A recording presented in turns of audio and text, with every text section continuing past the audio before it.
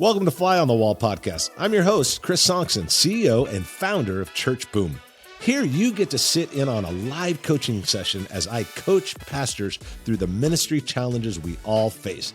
If you find this podcast helpful, please make sure to like, subscribe, and share.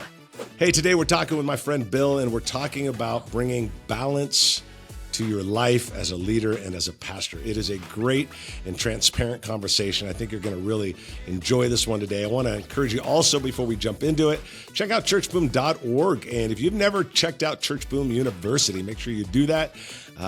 Church Boom University is right there on our website, churchboom.org.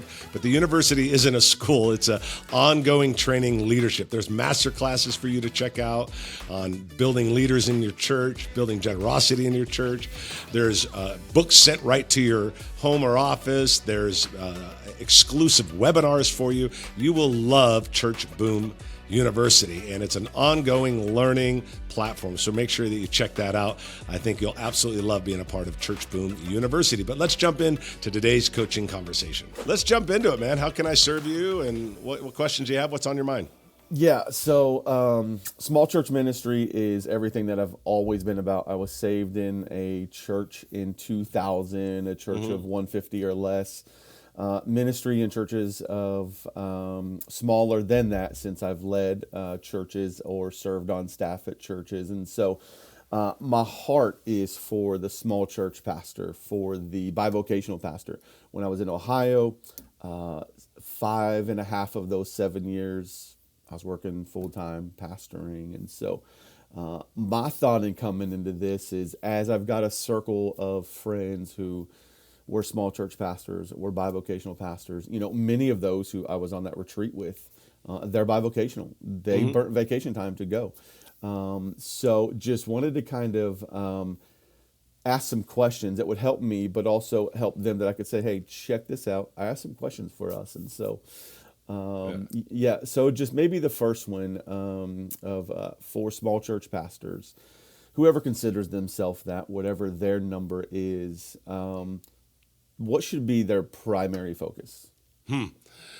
Well, let me ask you, when you say, small church pastor being their primary focus, my question to you is that someone who wants to grow and not be that small church pastor? Or is it, hey, I got 50 people in my church, I'm in a town of 500, and I'm good, and what should be my focus if that's good? Or if it's, no, I want to grow and I want to be impactful, is that what you're asking? So I'm just trying to see what you're asking, because the focus is different.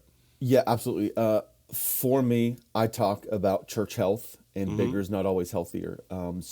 For many rural pastors, right, there's only so many people. So what can be our primary focus as small church pastors to remain as healthy as possible? Okay, that's good. No, that's great. I think there's a couple things. One, and there's no particular order, but we work with a lot of churches through Church Rescue and our whole program that you're a part of, helping churches that are under 100, kind of a thing. There's several things that come to my mind, again, in no specific order. One is, first and foremost, they got to keep their life in balance, because most of them are going to be bivocational. A lot of people talk about, hey, how do I keep my life in balance? I got a lot going on, date nights with your wife and all that stuff. Long ago, I've decided I don't know if that's my answer anymore. My answer is, it always comes down to obedience. Am I, if my life's out of balance, why is it out of balance? Well, it's an obedience thing. So keeping things in balance, both with the marriage, with work, with family, with church, with kids, all that, I think is an important part. I think also having as a small church, having a healthy mindset that, yeah, I'm in a small community, but that doesn't mean that it minimizes my impact. Yeah. I'll be with the church this coming week. I'm flying out there, going to be with them. Church runs probably 1,000, 1,100. Town runs probably 6,000. 1 out of 6 people go to their church. And it's insane. But they're not satisfied yet, because they want to keep growing. Now, I'm not saying bigger is healthier, but not at all. But what I'm saying is they still have a passion for the lost. And I think it's important in the small church mind say, hey, you know what? I'm in a small town. This is where I am. I'm in a rural community, et cetera, et cetera, et cetera. And that's great. That's where God's called me. But there's still lost people here. Sure. And there's still people that don't know Jesus. And I think keeping that mind of, hey, I'm going to do everything I can to figure out how to grow and how to reach people and how to disciple people. And I think having that mindset is important. It's very easy to become relaxed, and it's easy to hide under the reality and use it as an excuse. I think sometimes we give an excuse because it gives us the false illusion of not having responsibility, where it's like, hey, I'm only in a town of 1,000. What am I going to do? Yeah. Or I'm only in a town of 5,000. What am I going to do? And I just think that's a dangerous place to get. I think that you have to be constantly thinking about that as well. I also tell guys, don't be so small-minded in the sense of that you can't have global impact. Man, you can still make a difference. Your worship team can still write songs that other churches use. You can still make a missions difference. You can still impact other churches, other cities, other states, other countries. And I think mindset's important. Well, there's an old saying, there's something worse than being financially broke. It's being mentally broke. And don't be mentally broke. I tell guys all the time, don't be mentally broke. Just mentally broke meaning, oh, this is probably the best it's going to be, and that's fine. It's like, I don't know, man, just try, and see what God does. And don't be confined to the people that are just around you in your circle. Those are just some of the thoughts that I have that I think is important, because it's very easy to let your environment shape your mind. It's very easy. When you're in an environment, the environment shapes the mind. And just be careful that it doesn't shape your mind to accept less than what God could actually do through you. Yeah, so good. So yeah, good. Hopefully that's helpful for you. Yeah, absolutely. Yeah, absolutely. Well, what else you got, man? So just thinking specifically for the bivocational pastor,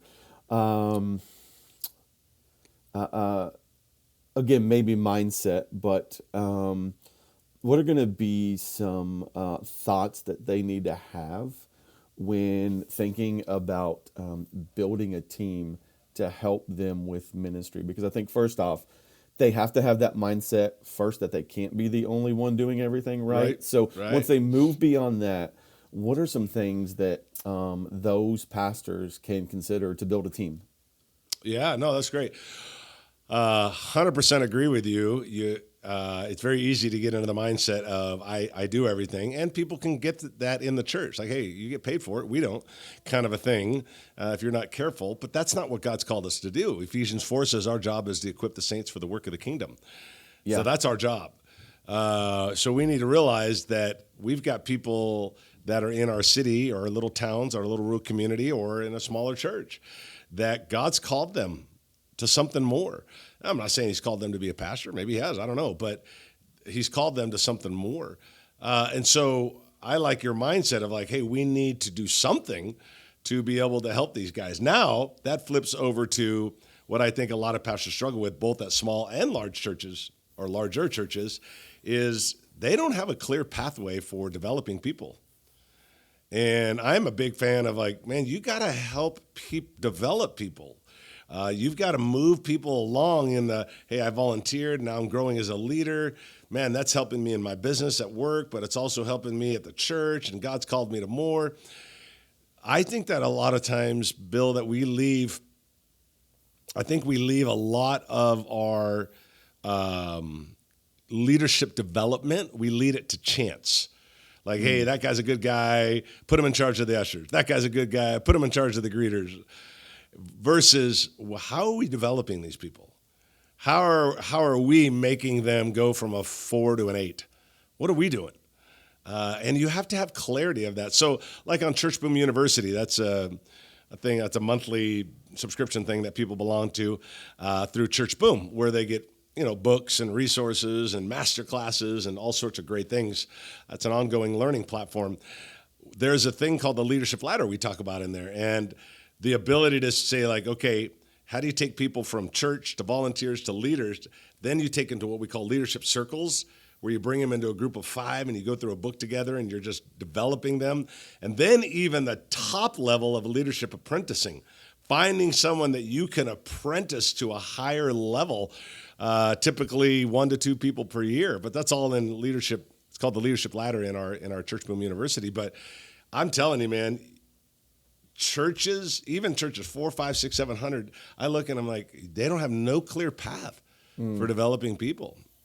And I think you have to have that path, because I think that's our calling. Equip the saints for the work of the kingdom, Ephesians 4. That's our job. So anyway, I think it's a great question. It doesn't matter if your church is 50, 500, or 5,000. You got to develop people. Yeah. And you got to, not only that, I'll say one more thing about that is, Bill, is that if you don't have a pipeline to develop people and it's not part of who you are,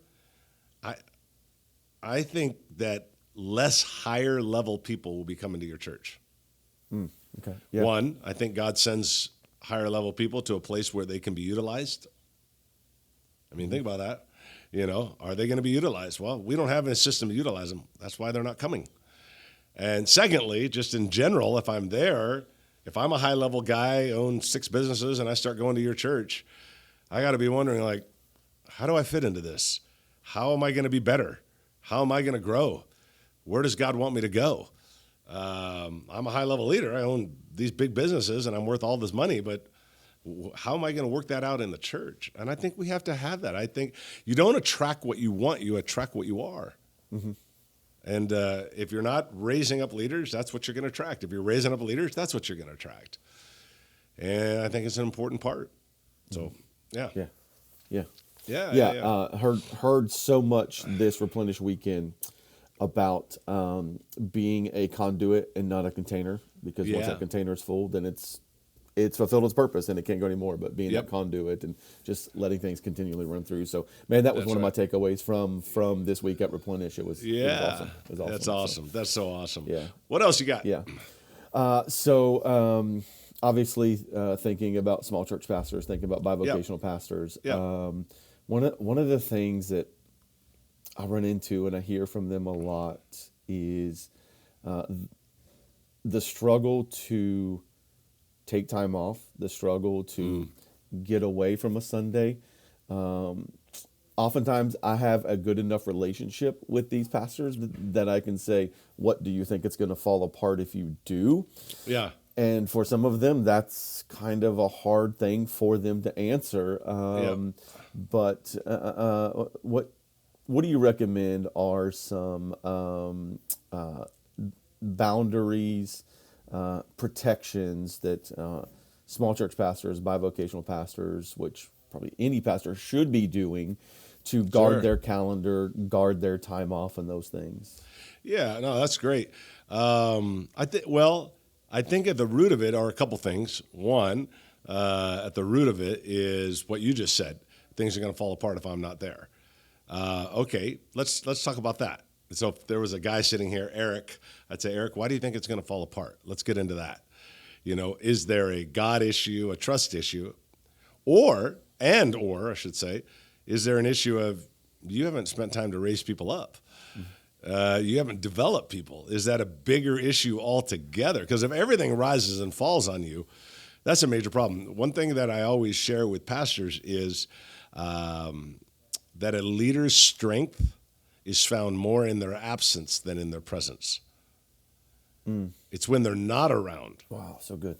That's their strength. Their strength is not in the presence. Their strength is in their absence. When they're not around, let's see what you built.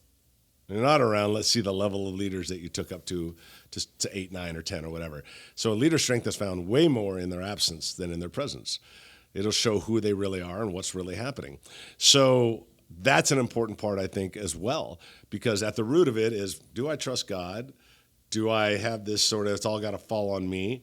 Have I not raised up people? Have I not developed people?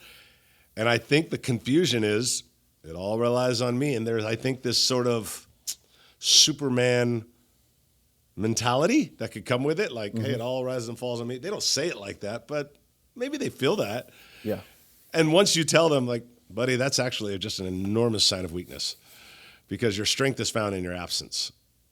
That's when we know we're strong. So I think you have to get to the root of why they're saying that and why they feel that way. So if you have if you ever struggle with it, or you have a buddy that struggles with it in your cohort group through Church Boom or whatever, that's a great question to ask them. It's like, let's talk about why you feel that way. What's really happening here? And I think once you kind of figure that out, you can start answering that question. So for me personally, it's not a balance question like, hey, take time off, and which is important. Don't get me wrong. I would actually just personally take it a level deeper and say, what's really happening there? Because I don't think we can resolve this issue until we resolve this issue. This is the fruit. This is the root. What's the root real issue here of the problem? And I think once you discover that root issue, you can start resolving it. But probably we haven't discovered that yet. Yeah. So I don't know. Tell me your thoughts, feedback on that. Yeah. So no. Thankfully, that is something that I learned the hard way when I pastored my previous church in Ohio. Got with my board, bivocational, burnout. I did have the hero complex. I honestly did. Kind of felt that way, and didn't realize it until it was almost too late. Said, "Hey, board, I need a sabbatical, and I need you to be okay that I don't know if I'm coming back. I want to take 3 weeks away." Thankfully, their heart was in the right place. So much so that they said, hey, what are you making at your bivocational job? Because we want to make that portion up of the salary for you so that you're not worrying about that. And so during those 3 weeks away, I just dug into what does the Word of God say about rest, which led me to relying on Him. And it's amazing how those two connect together, right? And so whenever I came back, I was able to put some things in place. I was able to put some safeguards in place. One of those biggest safeguards is my wife, who will just share with me, hey, you're just going too fast, too quick, slow down. And then I had some men in that church who said, Pastor, we need to step up and we need to do more so that we can help keep you healthy. And so thankfully for me, that church in Ohio was so good for me to just help me to just grow in that process. It was the first time pastoring, and so thankfully they didn't wear me out. They didn't beat me up, but they encouraged me. And so when I left everything in Ohio that I ever knew to come to a place in Oklahoma that I've never been to, heard of, no friends, no family, thankfully that part was good for me. And the first trip that Amy and I took, after about 1 year here, had someone fill in, and his remark to me whenever I got back and kind of did a follow-up, hey, Joe, what'd you think, man? How was our church? And he said, I'm going to be honest with you. If no one said that the pastor was gone, no one would have known that you were gone. Because through that almost giving up, almost waving the flag, I realized that, okay, I can't do this on my own. I need to have some people around me. I need to develop some people. Talking to some pastors at the Replenish Retreat. Hey, so what are you preaching on Sunday? I'm not, dude. I've been gone 4 days. I've got a guy set up, ready to go. I'm excited to sit in the audience and hear what is going to happen. But man, I've got some men and women in my church who, man, they can step up and speak. And so sometimes we just have to experience it before we're actually going to apply it. I just hope I can help some guys to apply it before they experience it. And so wow, that's good. That's a little bit of my journey there on that, being a small church pastor. But man, I've got several people who, man, I can tap their shoulder and be like, hey, I need you because I'm going on a retreat to stay fresh, to stay focused, not because, hey, I need to leave and I don't know if I'm coming back. That's good, man. Well, I love the way your board responded in Ohio. That was healthy. Yeah. Thankfully, they respond similarly here in Oklahoma. So thankfully for that. That is so awesome to have having a healthy board makes life so much easier. Yes, having a board that's looking out for you, really wants the best for you, for the church, can be understanding. That's awesome, man. It's awesome. And it sounds like, man, you're in a healthy spot and in a healthy place. And man, that's really awesome. So cool. Well, man, you got anything else today? Maybe a personal question. Man, we have just now, for the first time since I've been here, We are averaging over 100 for the first time in 7 years. Awesome. Praise God. Through May. And so what I need to do to keep this thing going, man. I mean, just keep on moving on. So, to see 105 and 110 and 115. Yeah, so. yeah. Well, you're experiencing some growth right now. Would you feel like that's been in the last month or in the last kind of 6 months? Have you just kind of been seeing this a little bit in the last, it's been 7 years, so it hasn't been 7 years of this. It's been right. Yeah. When is the growth started happening? Has it been in the last month, in the last 3 months, 6 months? Yeah, probably in the last six to 9 months. Okay. So yeah. Yeah. So the one thing that I share with people all the time, and you'll see that in the book When Your Church Feels Stuck, you'll definitely see it in the book I wrote called Traction. To a couple things. One, you've got to focus on making sure that we're continually seeing new people come into the life of the church, show up on a Sunday. That's the invite culture. I talk a lot about that. But the thing I talk a lot about, the thing I'm known for, is focus on the activity and not the results. And part of that big activity is you got newer people coming. Try to figure out a window that's not 2 years, that's not a year, but even shorter. So this is Tom and Linda, and they just started coming to the church, in the last 2 or 3 months. How do we plug them into the life of the church? How do we get them, hey, they're greeters, they're ushers, they're working the hospitality, they're giving out donuts on Sunday morning, whatever. But they're involved somewhere. People support Bill whatever they create. So when they're creating, they feel like they're part of the ministry, they're creating this experience on Sunday morning, they tend to support it. Churches grow 2 people for every 1 new person that gets involved in the church. 2 people for every 1 new person that gets involved. And they're 500 times more likely to stay in the church if they get involved. So I talk about when you're starting to see momentum, make sure that the door for first-time guests are wide open. Don't just follow up on the first-time guests, follow up on who brought the first-time guests. That's very important. People follow up on the guests, but I'm like, what about the person that brought them? That's such an important part. And then create a window by which you're saying, we got to engage these people in the life of the church. Because the more they get engaged, the more new blood gets engaged, the more that new blood will bring new blood. And so you want to keep that kind of, those things moving forward. Don't be so quick to add ministries all the time. Statistically, churches over 1,500 have less programs than churches under 500. And the reason is that churches over 15 are very focused. They're not just adding programs to add programs. Be careful not to just do that. I'm not saying not to add programs, but try to not just jump to add programs. Try to jump to think about process. How do we get people here? How do we get them engaged? How do we get them to develop leaders? How do we get our teams to grow? If you can focus on the activity will get you the result that you're looking for. And everybody focuses on result.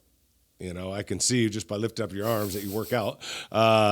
So let's say you go to a gym, and a guy signs up at a gym, goes into the gym, looks in the mirror, because everybody always does, especially after they do their biceps, and they look in the mirror, and he looks in the mirror for 30 minutes, then goes back out to his car, goes home, does it again the next day. All these focuses on the result, and he's not going to get anywhere. You can take the mirrors out and focus on the activity. The result will show up without the mirrors. Same thing in church. Everybody focuses on, I want to be 200 in 2 years or in 1 year or 150 or 200, whatever the number is. And I'm like, okay, that's great. That's the result. What's the activity? Focus on the activity. Put goals on the activity. How many people are you going to get involved in the next 90 days in your church? 2, 6, 8, 12? Put goals on the activity, not the result. Yeah. That changes everything. Yeah. So good. Yeah. Thanks, man. Appreciate that. Yeah, absolutely. Anything else, man? No, appreciate your time, brother. Oh, my gosh. Anytime, man. It's such an honor to meet you. I'm so glad that you're part of the coaching cohorts, you're part of the group, and you're able to get all that stuff, go to the retreats and get all the coaching and stuff. And whatever we can do, man, that's what we do at Church Boom. We just want to help pastors get better at what they do. So, man, awesome. Anything you need, you let us know, man. We're always here to help. All right, we'll do. All right, man. Have a good day, buddy. You too. All right, bye. Hey, I hope you enjoyed today's conversation with my buddy Bill, and I want to remind you to check out churchboom.org and Churchboom University. Churchboom University is an ongoing platform for you to continually grow and develop as a leader, which is crucial. You get books sent to your home or office. You've got master classes you can check out online. You've got exclusive webinars. Just a lot of stuff there that you get to be a part of, and it constantly grows you and your team. So check out churchboom.org and sign up for the Churchboom University. And we will see you next time on the Fly on the Wall podcast.